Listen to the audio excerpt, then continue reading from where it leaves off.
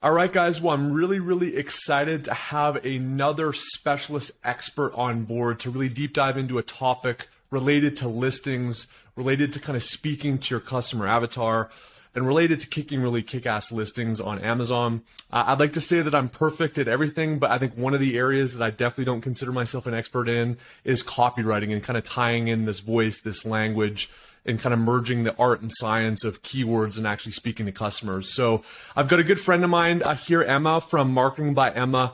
Her and her husband are honestly two of my favorite people in the Amazon space. Not only are they super knowledgeable, but they're just awesome human beings. And so in some conversation, I'm actually having some work done on some of my listings. So I want to kind of pass it over to the experts on some of mine. And in speaking with them and just getting to know them over the last 6 months, they've been gracious enough to come in and lend their expertise for an hour or so here to the course and just impart their wisdom on copywriting, specifically copywriting for Amazon listing. So Emma, it's awesome to have you here. Thanks again. I do consider you one of the foremost experts in the space of creating really good Amazon listings and kind of understanding copywriting. So excited to hear what you're going to share. I'm sure I'll learn some stuff, but I'll maybe pass it over to you and we'll take it from there. Awesome. Thank you so much for having me, and thank you for that incredible introduction. You just made my heart very happy on a really gloomy, kind of cold day outside.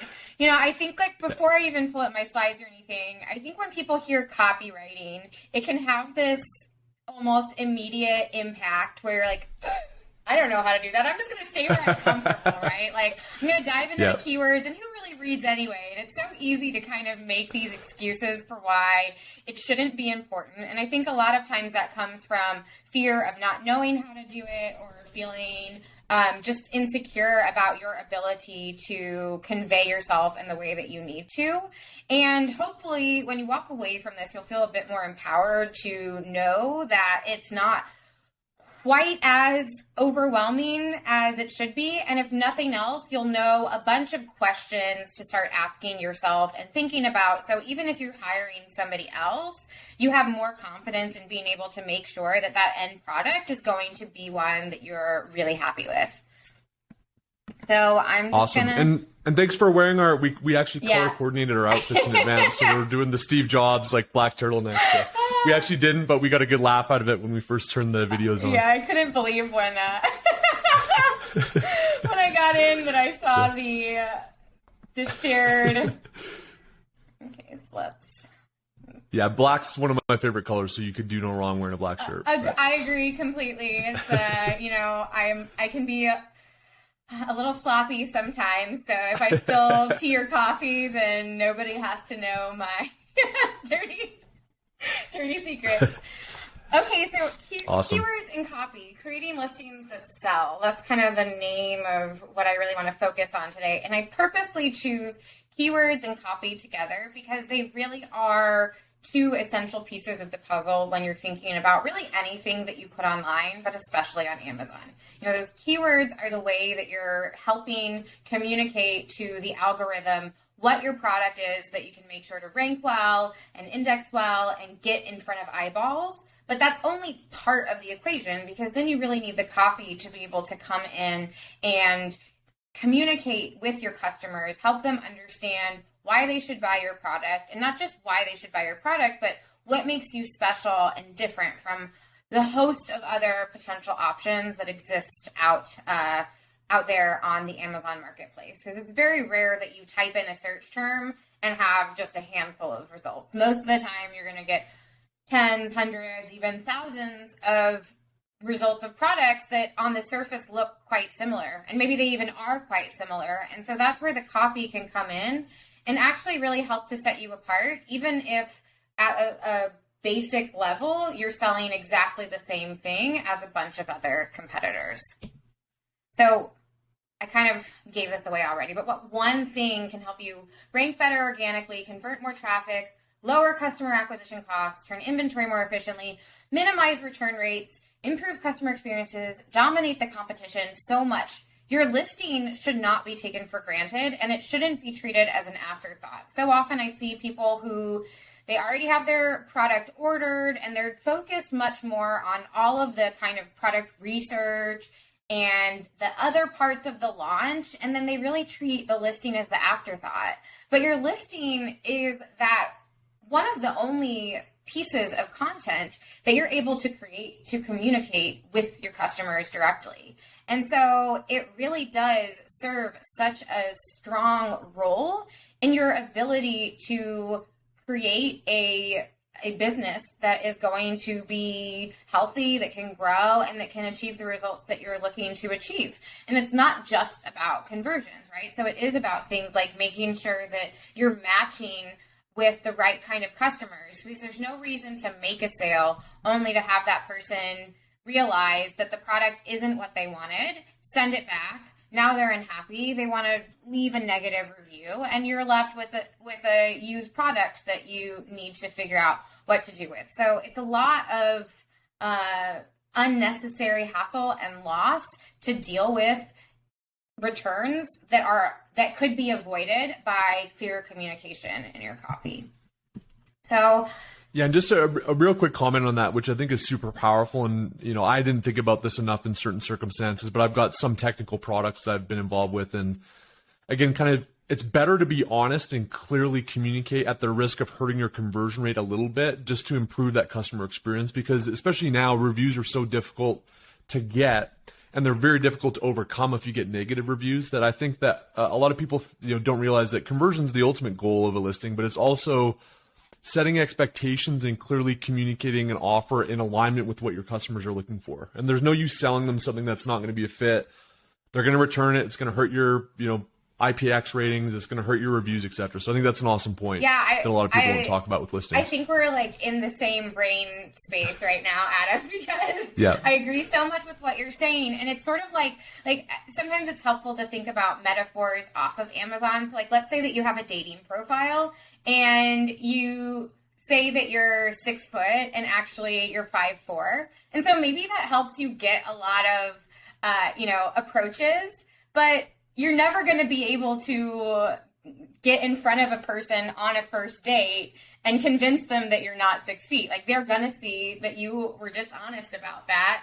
And so the likelihood of having that be able to turn into a longer term relationship is much lower, because it's not just that you're not how you said you were going to be, but you were in some ways trying to be dishonest in order to manipulate them into doing something that they may not have wanted to do. And so the same thing applies to an Amazon listing, whereas, okay, yeah, maybe you make that sale, but if you're doing it at the expense of really clearly articulating what your product is, what it's great for, and maybe what it's not so great for, then it's a very lasting positive impact, and it can end up having a much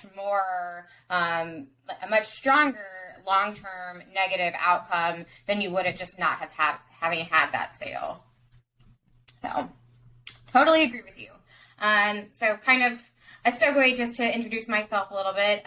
This is my husband, Aris. He's also my business partner. We started Marketing by Emma in 2016. So we've been doing this for over 5 years now. We've seen a lot of listings. We've seen the Amazon game change a lot. And so you also want to be really thoughtful when you are kind of figuring out how to do all of these different things, to make sure that you're really paying attention to the most up-to-date information, because Amazon is changing all of the time. And so techniques and tactics that people use even 6 months ago may now be a risky game to play and could put your listing at risk of getting suspended and other things like that. So really make sure that don't just take for granted what your competitors are doing to determine whether you can or cannot do something, but make sure that you're paying attention to courses like this, and also keeping up to date with Seller Central to make sure that you're not going out of bounds with things.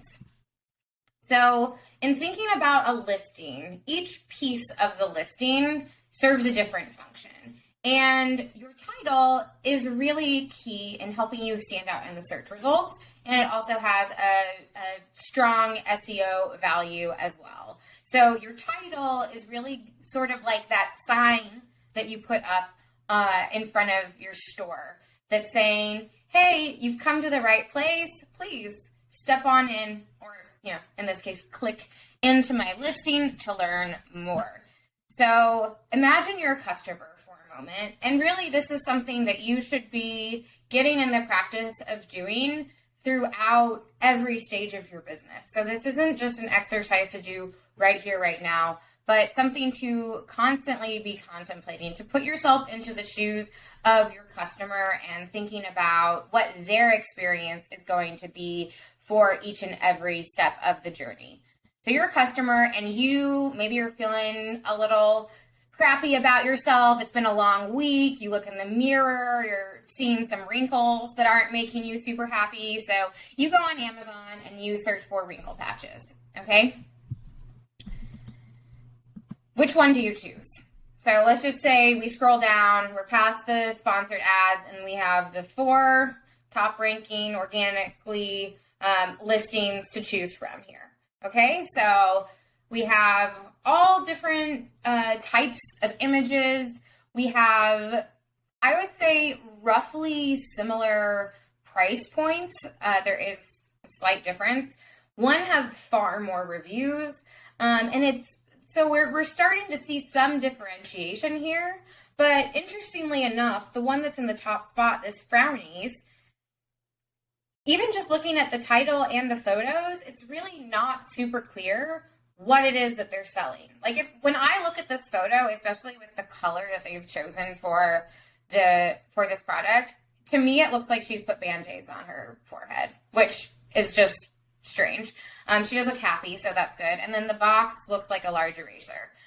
The title is telling us Frownies, forehead, and between eyes. So it's something for that part of your face. And then there are 144 patches. But there's no more information there. So if I'm someone and all I'm looking at are reviews, sure, I'll click that one. If I'm someone that's more focused on price, then I might click the Blum Body, since that one has the lowest cost per patch. Or if I just really want to spend as little as possible, then I can go with Facial Smoothies Triangle.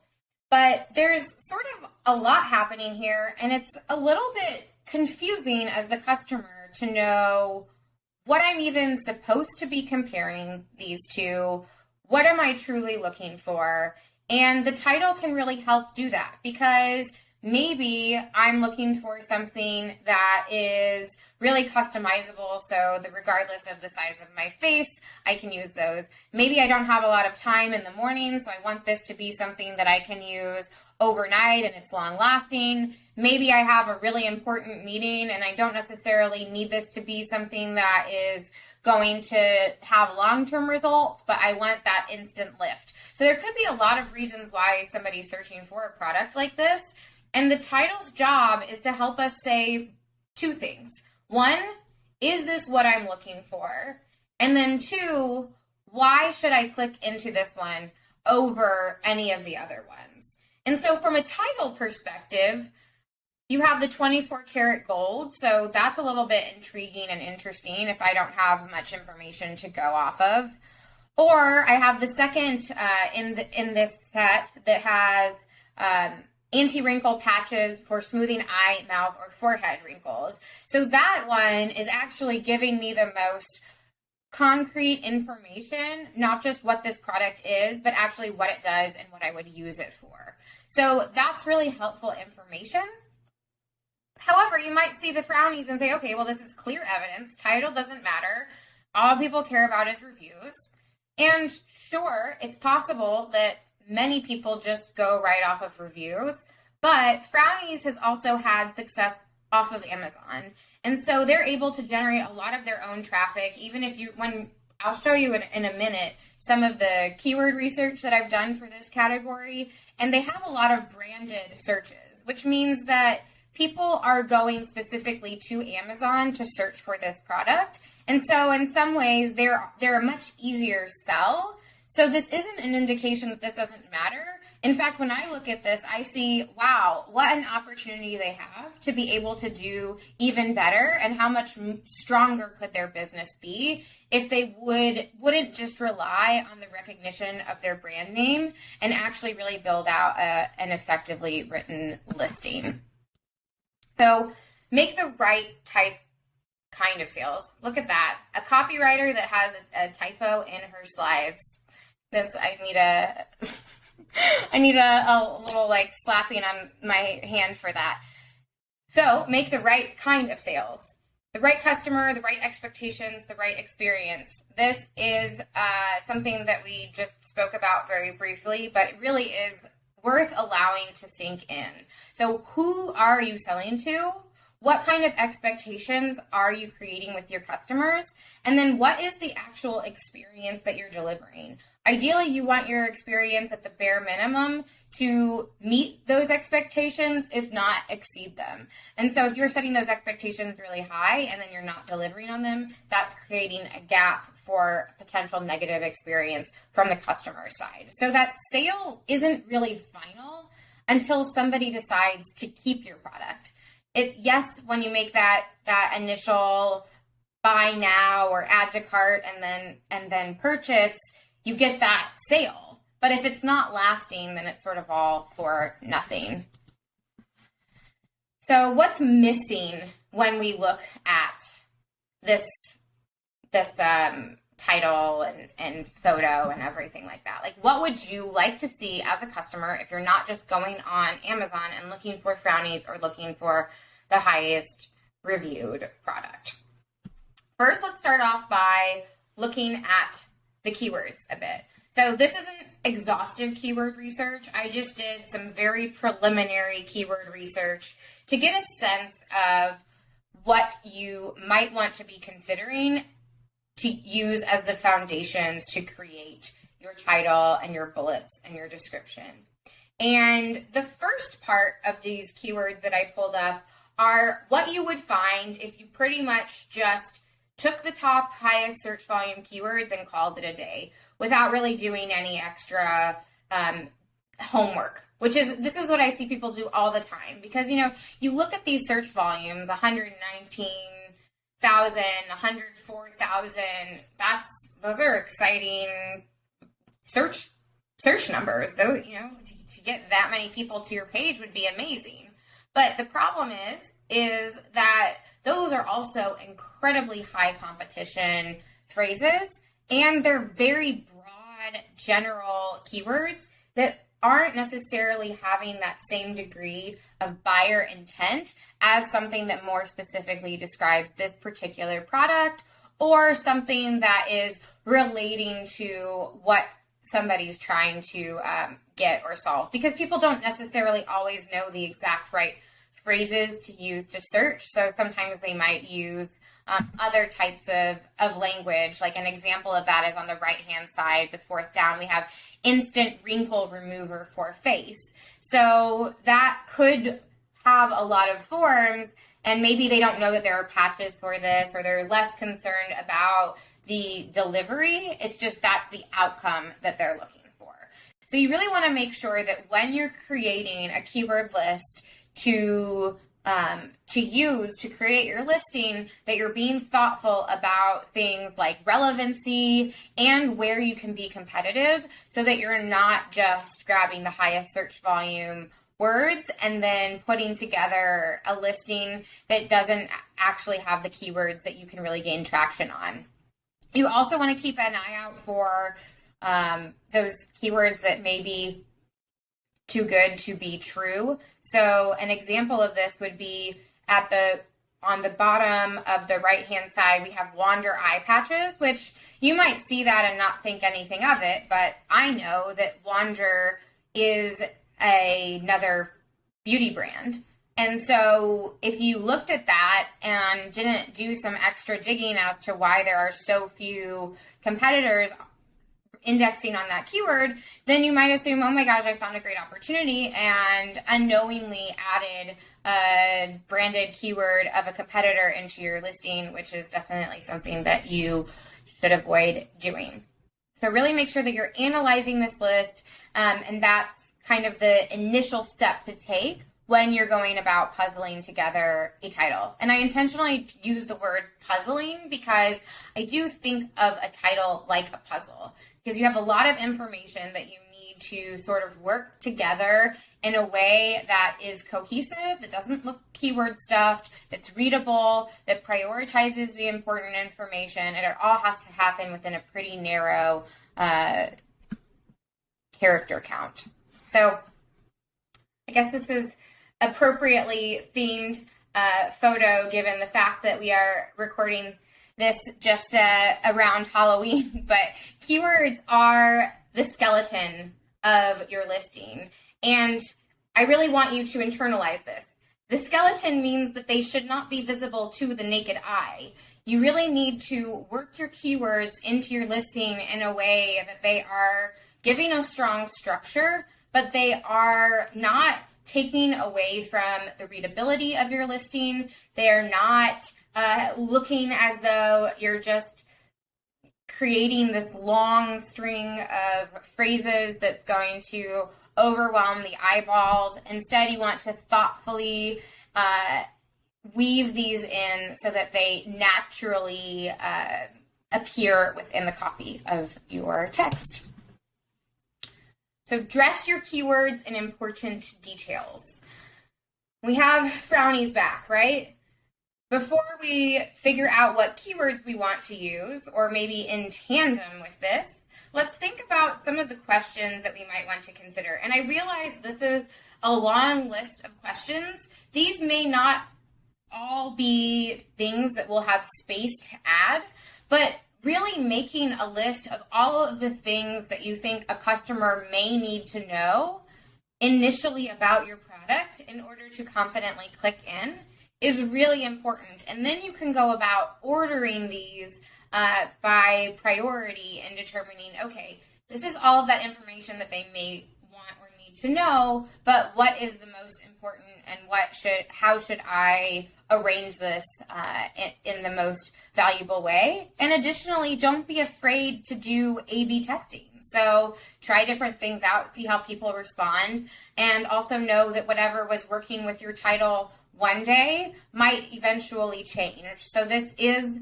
something just like any other part of your listing that you do want to be looking at with frequency to make sure that your keywords are still the most relevant and that what you've done is still helping you stand out from the competitors. Because the other piece of that is that when you do a really good job, you also can get a target on your back where you start to have copycats. And so in that case, even if you've done amazingly, if suddenly everybody's copying you, you may need to update things purely just to stay ahead of the curve and not just kind of be swallowed into the sea of sameness that can happen all too often on Amazon. So some questions that customers may want to know. On the most basic level, what is this? It is not telling us what this is. We also don't know what it does. There's no mention of wrinkles here. Why would someone want it? Very few keywords. What shape is it? That does seem to be a detail in looking at a lot of the other listings that is important to customers. Can it be used for anything else? So it specifies that this is for forehead and between eyes. Is it only something that I can use there, or can I also put it on my chest, my hands, my smile lines, around my eyes, or is it something that's really just meant for hardier forehead skin? And maybe even things like how long does it take to see results, ingredients.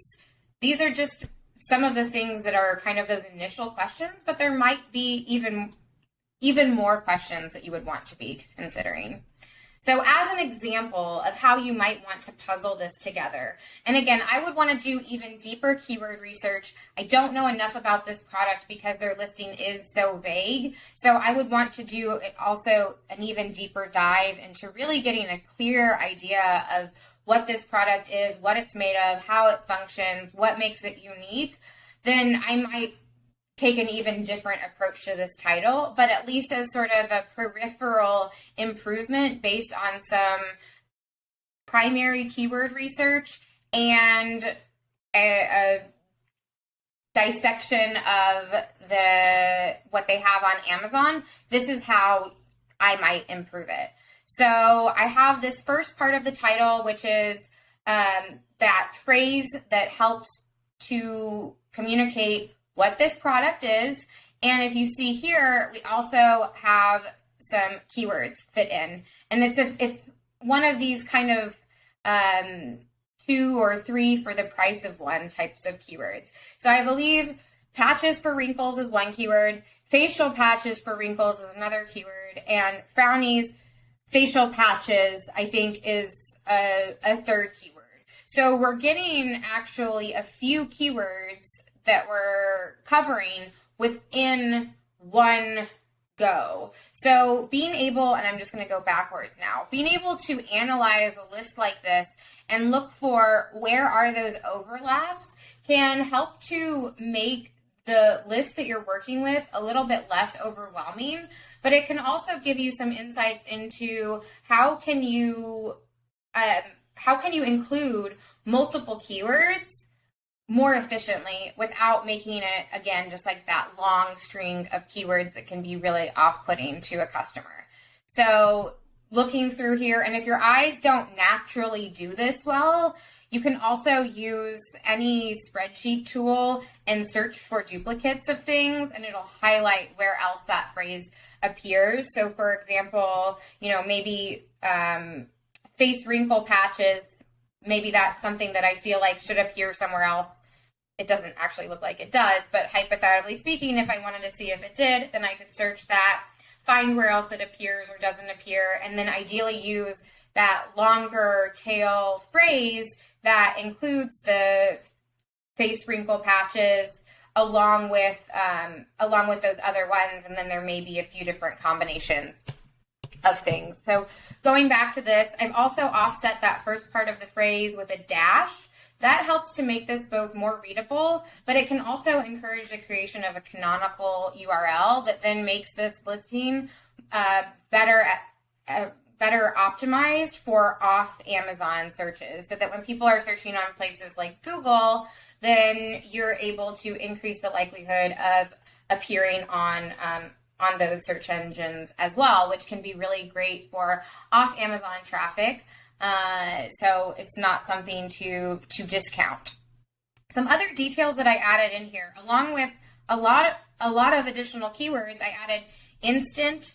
By the way, the orange highlight, those are all keywords that I've added in. So some of them are partial keywords, some of them are more complete keywords, but that's a lot of keywords where before we just had a handful. So instant, that seemed like something that would be really attractive and exciting to know, that it's not something that you're going to have to use for 30 days and then you're looking in the mirror and saying, maybe I think this has helped a little bit. Customizable, so the fact that these are the triangles and you can make them fit, whatever shape or space that you need them to. Then talking about where to use them, so forehead, wrinkle, and smile lines treatment. And then the fact that they're overnight, anti-aging, face-lifting masks. So really thinking about how can we use that keyword list in an effective way while including as much valuable information as possible so that people get that information that they need to know while you're still making sure that you're taking advantage of this space for SEO opportunities. So drive clicks with a killer title. Think about that need to know information. Another point that we haven't discussed yet is mobile versus desktop. And whether you're on mobile or desktop, oftentimes your title will truncate to around 60 to 90 characters. And so you want to be thoughtful of putting the most important information towards the beginning so that even if it does shorten, even if Amazon does shorten the title, customers still have access to that more important information. Considering key differentiators, so when you are a customer and you're looking at a page full of search results, one of the things that's going to help you feel confident clicking in, or maybe even just catch your eye, is something that's different rather than just doing what everybody else is doing, which I understand there's a big temptation to do that. But when you just copycat your competitors, you really are diluting your ability to communicate more effectively with your customers. considering the canonical URL like we just discussed, break up phrases with dashes for readability. It really will make it much more customer friendly to do that.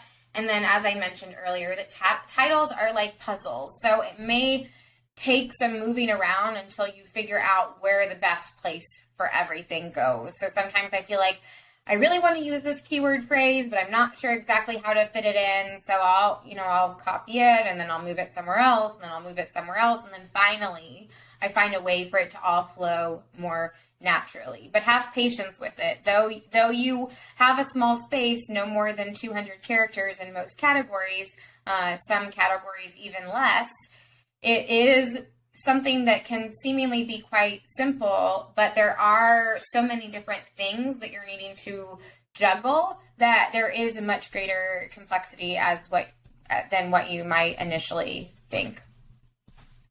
So we've gotten them to click into the listing.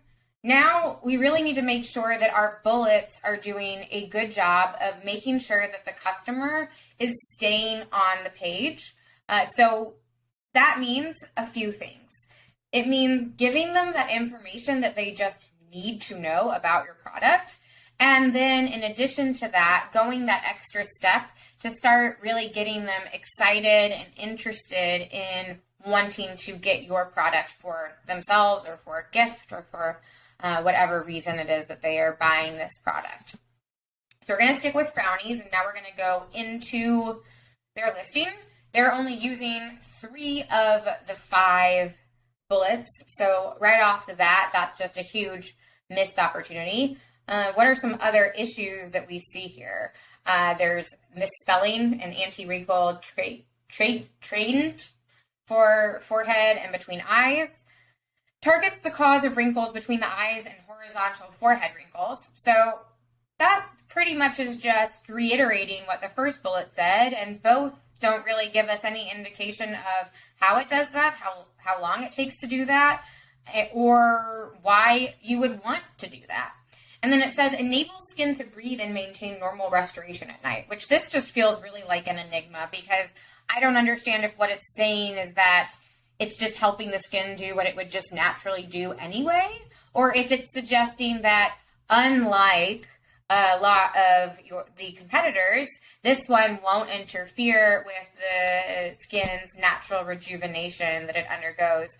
I also don't know if that's disturbing. My neighbor has an incredibly loud vehicle that is poorly timed with its exit, so I'm not... I actually couldn't hear it, so I think we're good. Okay, cool. So let's go back to this keyword list here. So all of the keywords that I've included are what we've already utilized in the title. So now we want to think about what are other valuable keywords that we're wanting to fit into the bullets in, again, a thoughtful way. So perhaps we're going to look for some of those 2-for-1 or 3-for-1 types of keywords that can help us really maximize the space that we have in an effective way. So like some kind of combinations that instantly jump out at me is we have wrinkle patches at the bottom of the left-hand side, and the wrinkle patches is a root phrase that's found in a lot of others. So we have face wrinkle patches, facial wrinkle patches, we have anti-wrinkle patches, and that might be it, but that's a lot. So we have plenty to choose from there. So some of this might be, how do I want to approach the particular bullet that I'm writing, or what's the topic that I'm choosing, or how can I just make the keyword fit into the sentence that I want to fit it into. So I might not fully commit to the exact combination that I want to use at this point, because I don't want to allow the keyword to drive the content. Instead, I'd rather like to have a really solid idea of what I would like to focus this bullet on, and then find a combination of keywords that I can integrate in a way that's going to not take away from the effectiveness of the bullet. So the first bullet, an anti-wrinkle treatment for forehead and between eyes. So your first bullet should do a couple of things. It should both communicate what your product is, so very similarly to what the title is supposed to do, but ideally it should also go that extra step in communicating the key benefit of your product. So why does someone want this? Not just on the surface level, but what are those deeper emotional drivers that would encourage someone to go online in the first place? And those could be a number of different things, even for just one product. So you're going to need to be clear about what is the position that you're taking and how do you want to present your product and your brand in a way that is perhaps going to set it apart from everybody else, or is something that's going to be just a different spin on things that's more of the same. So again, I don't have a lot of information to go off of from Frownies. They're very minimal on their listing. And so this is me taking the little bit of information that I've gathered to write a more effective bullet than what we have here. So I'm doing a few different things with this. First of all, I have a little header that I've created for this bullet. In this case, it's Rest Wrinkles Away. And those headers can be really helpful in indicating to customers what each bullet point is about. So let's say that one of these bullets, I want to address the ingredients. So if I have a little header that talks about something to do with the formulation or the all-star ingredients or you name it, then that is going to make it really easy for me as a customer, for my eyeballs to find where to go to get that information, because maybe my skin is sensitive to silicones, or I only use products that are cruelty-free, or any number of different things like that. Those are going to be really important criteria for me as a customer to find and check off before I'm going to invest more time and effort to determine whether this is a product that I want to purchase. So those headers are really helpful, and then I've offset that with a dash. And then we go on to the rest of the bullet. So reveal a more youthful you overnight. So this is one sentence that it's pretty short, but it is achieving a lot of things. So we're talking about that deeper emotional benefit of it. So, the rediscovery of youth and feeling like you look good and you're confident with how you look. But it's also speaking to how this product functions. So it says overnight, meaning this is something that you can put on before you go to bed. So it's talking about when you would utilize it. And it's also suggesting that it's fast acting. So it's not something that you're going to have to wait a long time to see results from. So just apply Frownies facial wrinkle patches. So utilizing that the combination of those two keyword phrases that I spoke about before bed, and wake up to instantly firmer, smoother skin. So really helping people to identify with what that after picture is going to be like. So what kind of confidence will they be able to wake up with when they look younger in the mirror with firmer, smoother skin?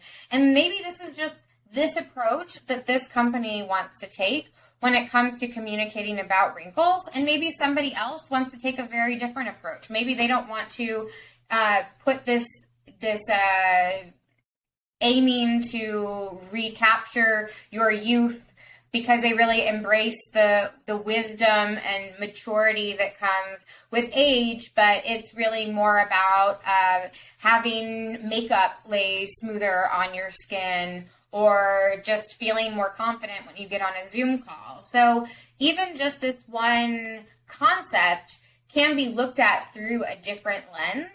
And so what's going to impact that? Your customer avatar is going to impact that. The choices that you're taking to really brand yourself are also going to impact that. And so you want to be having both of those things in mind so that you're really able to facilitate an impactful conversation between you, the brand, and your customers. And you might be saying, conversation, what are you talking about? They're just kind of skimming a listing. How are you facilitating a conversation? But really good copy does just that. where when you see that, maybe just in your mind, you're kind of saying like, yeah, that sounds great, or something similar. And maybe you don't even hear that internal dialogue, but it is in fact happening. And so the more that you can increase that engagement, the higher likelihood that not only are they going to be more excited to buy your product, but it also means that they're going to be more focused on what you're telling them and showing them, so that their attention isn't wandering and getting distracted by the competitors that are advertising on your page, or the 20 other tabs that they have open on their computer, or the text message that's coming through. It's not just on Amazon that you even have to be worried about attention. It really is that people are constantly getting bombarded from all different angles with plenty of things that are eager to take their attention away. And so that's why doing this right is so important, because you have such a limited amount of time and such a thin attention span that you really want to make sure that you are addressing all of those things that you need to, and doing so in a way that's not going to allow their minds to wander. And so it's not just about what you write, it's even how long you write. So if you have these really gigantic bullets, if you're like, you know what, I'm going to max out my character count, I can get away with 500 characters per bullet, so why wouldn't I do that? I can tell you right now that nobody wants to read 5 hefty paragraphs as bullet points, including myself, and I read almost anything. I see bullets that are that long, my eyes glaze over, and I say, no, that's too much, that's too overwhelming, I'm not into it.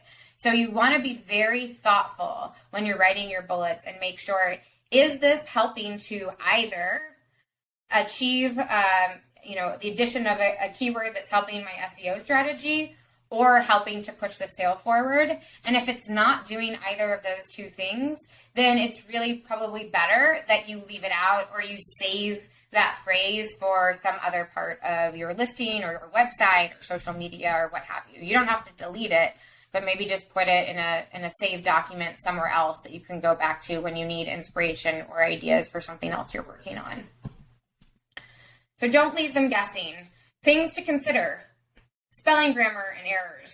Big no-no. That's just eroding trust right off the bat. How am I supposed to feel confident that this is going to be good for my skin if they haven't even taken a little bit of extra time to make sure that this is spelled properly? We're not even talking good content at this point, but just basic attention to detail really does show whether this is something that you care about, you take pride in how you present yourself, or is this maybe an indication that you are a company that just cares about making the sale and you're not really interested in anything more than that, including the customer experience? So definitely communicating what is the product. Again, just like the title, super important. How does it work? Why would someone want to use this? What problems does it solve? How does this compare / what makes it different or better than the competitors? Also, where's the customer? So there's nothing here that really addresses the customer's desires, needs, experience, or anything like that. And so it's really missing out on an opportunity for connection. Also, just really important details like ingredients. Those types of things, while they might not be always the most exciting selling point, could be really critical details for a customer to be able to make a confident purchase with a product. So for example, my skin is sensitive to silicone. So that means that whenever I'm buying a facial moisturizer or a serum or a face wash or an item of makeup, I read the ingredient list to make sure. But it's so much nicer when I can just look at a bullet and it says, no silicones, this, that, or the other. And so if you understand that something like that is a common concern for customers, and you've gone the extra step to create your product in a way that doesn't feature that or does feature something else, then making sure that you make that easy for customers to find can really make a huge difference in making sure that you're maximizing your conversion potential. So to start to wrap this up, I want to go over a few quick fixes that you can do. So first and foremost, naturally, when you're writing a listing, it's or really anything, it's very common to formulate sentences in ways of saying, our product does this. The wrinkle patches work in this way. We crafted our wrinkle patches to this. And a little bit of that language is okay. But so often, if you are looking at a listing, you'll see that every single sentence is starting with one of those words. And it's taking this approach of really putting the focus on you when the focus should be on the customer. So often you can either just eliminate that word and rephrase the sentence slightly, or even just kind of flip the order of the sentence. So it's not to say that it shouldn't include those words at all, but really being thoughtful about where you're putting the focus of the sentence and making sure that the customer is as central to the conversation as possible. Using active language can also be really, really worthwhile, both because it will naturally make your sentences shorter, but also it keeps that energy up. So what do I mean by active language? Let's just take a look at an example. So rust wrinkles away. So I have a commanding verb there, rust wrinkles away. Reveal a more youthful you overnight. Again, that's a very active sentence. Wake up to instantly firmer, smoother skin. So you're using a commanding verb in a way that the you is implied, and it is having a much kind of higher energy impact than if we were to say, you can use these wrinkles before you go to bed and wake up looking more youthful. Or the wrinkle patches, when used overnight, will help you look younger. So you see that those sentences, they're saying the same thing, but they're far wordier, they're far more winding, and they're less, they have less ability to even just communicate the idea in a straightforward way. Flip the order of your sentences. So benefits lead to features. It is, again, if we're just talking about how you would naturally write something, a lot of times you're going to do the reverse. So you're probably going to say something like, this is made with stainless steel because it reinforces this other thing. I don't even know what kind of product I'm thinking about when I'm giving this example. But if you were to flip the order and say extra strong and ultra reliable because it's reinforced with stainless steel, then you go back to thinking about how can you make this sentence higher energy, more engaging, more interesting. So you're still doing all those things. It's not ignoring the important features, but it's just communicating around them in a different way that makes it more interesting and attention grabbing to the customer. Get organized. That's not necessarily the most exciting of tips to give you, but it is something that people don't consider on a regular basis. And I mean this both within the entire structure of the listing, but I also mean this within each section of the listing. So when you're putting together your bullets, for example, and you have 5 bullets, so you should think of your 5 main points that you want to cover in those bullets, and then really keep each bullet focused on that point. You don't want to be combining too many other ideas into one bullet, because then what happens is, let's say that second idea that you added on to the end of the 3rd bullet, maybe that's really important information for somebody, but how will they know to look for it at the end of the 3rd bullet? It's not where they would want to go. So this is where you might need to be a little bit ruthless in thinking about, okay, what is truly important to know at this particular point? And then how can I communicate this in a way that is going to really help people feel confident in understanding this product fully? And then perhaps this other piece of information, yes, it's important, but it's not as important. It's something that people might want to know a little bit later on. So is this something that I can put in the A+ content? Is this something that would actually be better communicated in an infographic? Or maybe this isn't even a piece of information that a customer needs to know at the time of purchase. Maybe this is something that should be included in an insert or an email or on a website, where for those that are going to look for that additional information, it will be easy for them to find, but it's not really factoring into their purchasing decision. Spelling grammar check, we spoke about how important that is. There are tools like Grammarly that you can use.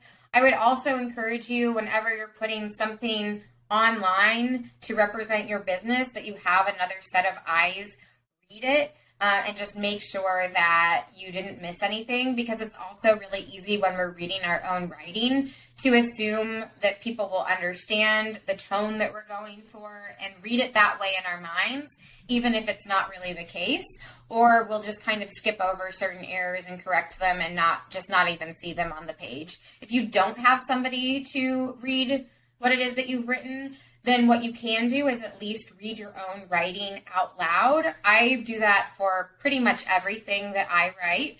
And I find that a lot of times that helps me identify places that are awkward, where the flow might be a little bit off, where the word that I've chosen is strange, where something might not be as clear as I thought it was. So that can be a really helpful way to also find some of those errors if you are either strapped for time or don't have access to other people to help.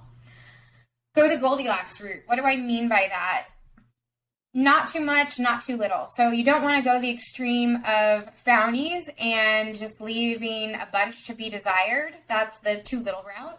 But you also don't want to give an overabundance of information so that people are just flooded and don't even know how to navigate your listing or find the important information. So really finding that sweet spot in between, where you're keeping things concise, where you're keeping things impactful, and where you're including the information where it should belong. So for bullets, we like to aim to keep each bullet at around 200 characters max.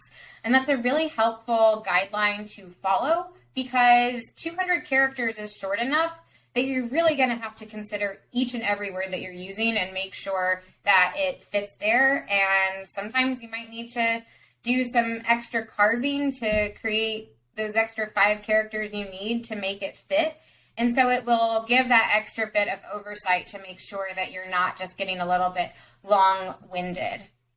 Highlight key information, so making sure that it's really easy to find the information that people need to know. That could be through the usage of headers and the bullets. That could also be done with things like infographics. So considering what are those things that might be easier to understand visually, or those points that are actually just really, really important. And so yes, they're in the bullets, but also can you put them in the product images so that regardless of what point somebody's looking at your listing, they're able to consume that information in a meaningful way.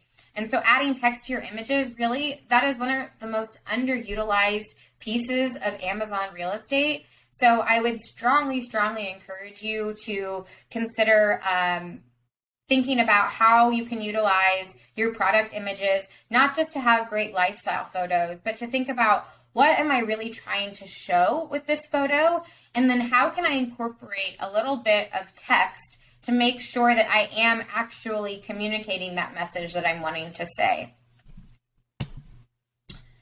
And then this is sort of like the kind of deeper level stuff that we are really trying to aim for. And it's not necessarily something that you would do after all of this.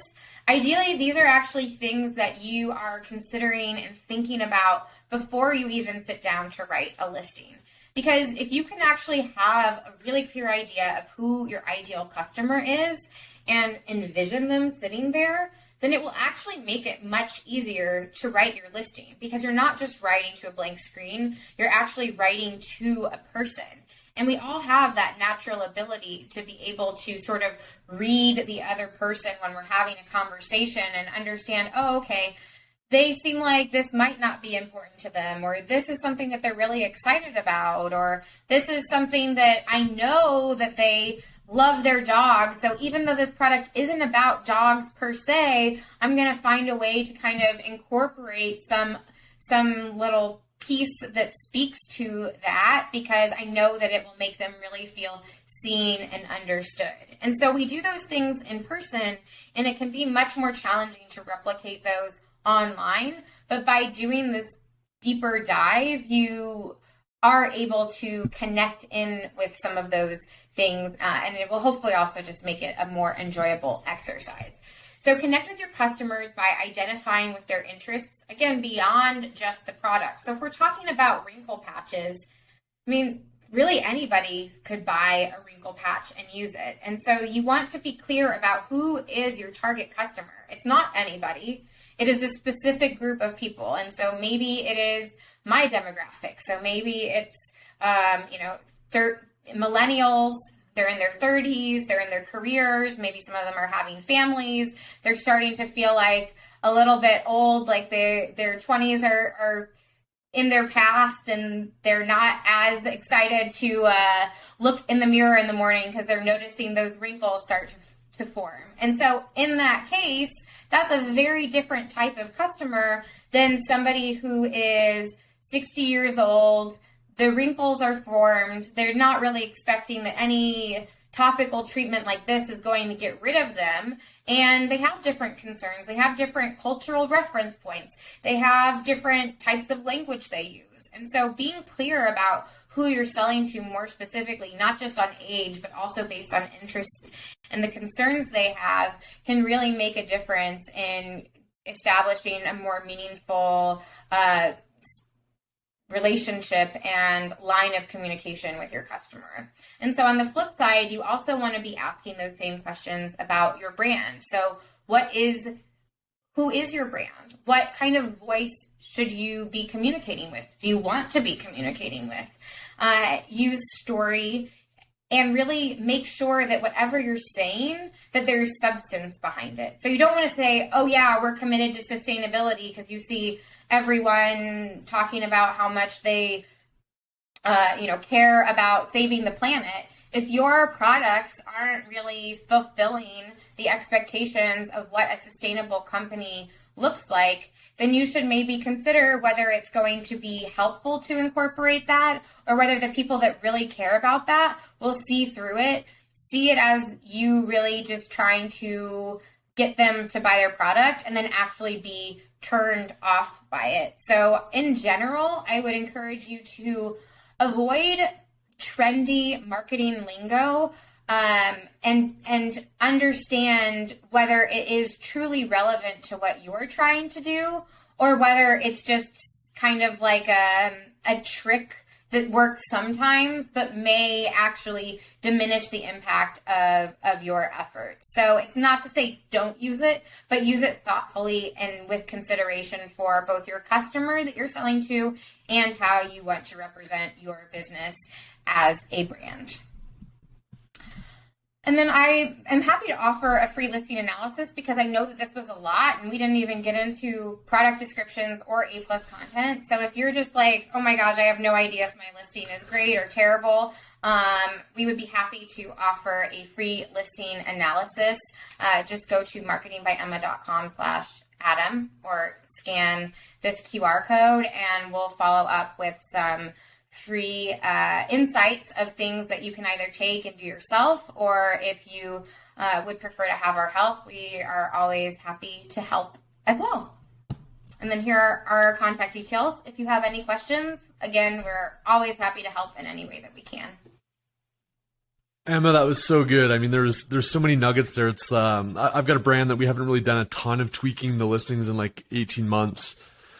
And looking back on them now, I'm like, man, we got to like refresh these things. So you guys are going to help us refresh them as well as do some new products. But like there's just so many nuggets in there, like starting with we or your product or our, those things are just so spot on. And like, none of this stuff is rocket science, and a lot of it's incremental, and it's not like this like insane thing, but a lot of this common sense stuff, starting with the customer first, weaving things together.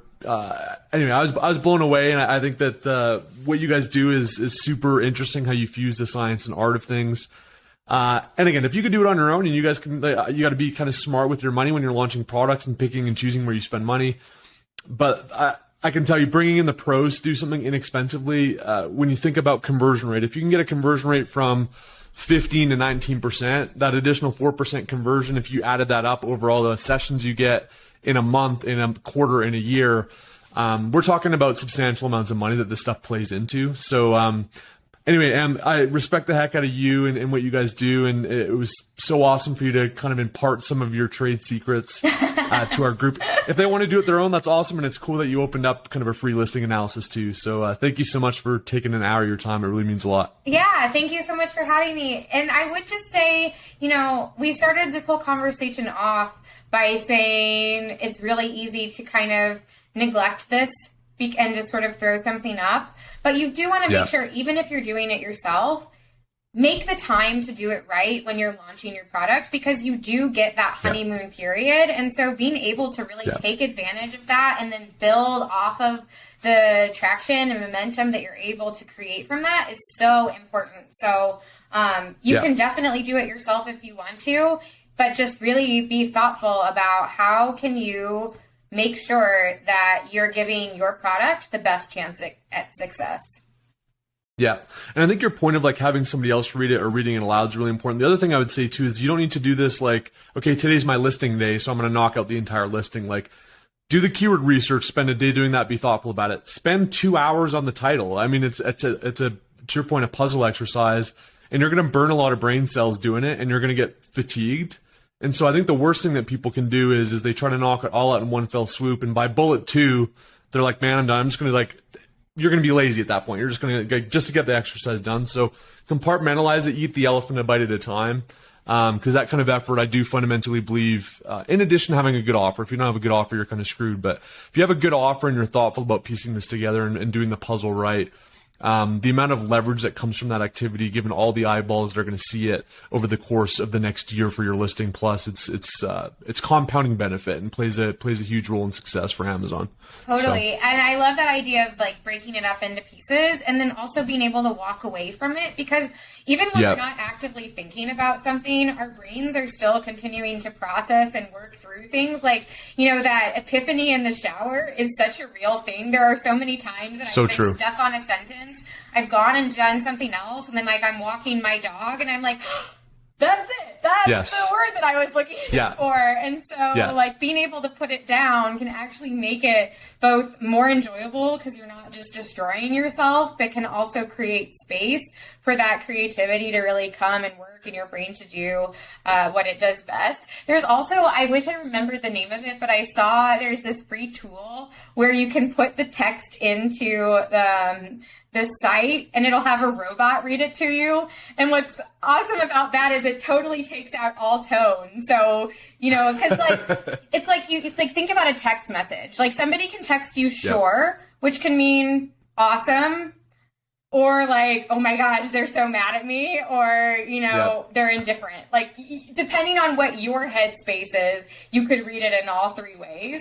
And so that same thing can happen with anything else you write, where you might be assuming that people are going to read it this way. And so having something that it has removed all of that, intentional tone from it could be an interesting exercise. I haven't personally used it, but I'm very intrigued by it. Yeah, that's awesome. Well, again, we've taken up enough of your time, and I really appreciate it. Maybe this is kind of one of many. Maybe we'll weave in some more of your wisdom into content in the years ahead. But appreciate dropping these value bombs. I think it's going to impact a lot of people in terms of how they create their listing. And so thanks so much for your time, and appreciate it. Thank you.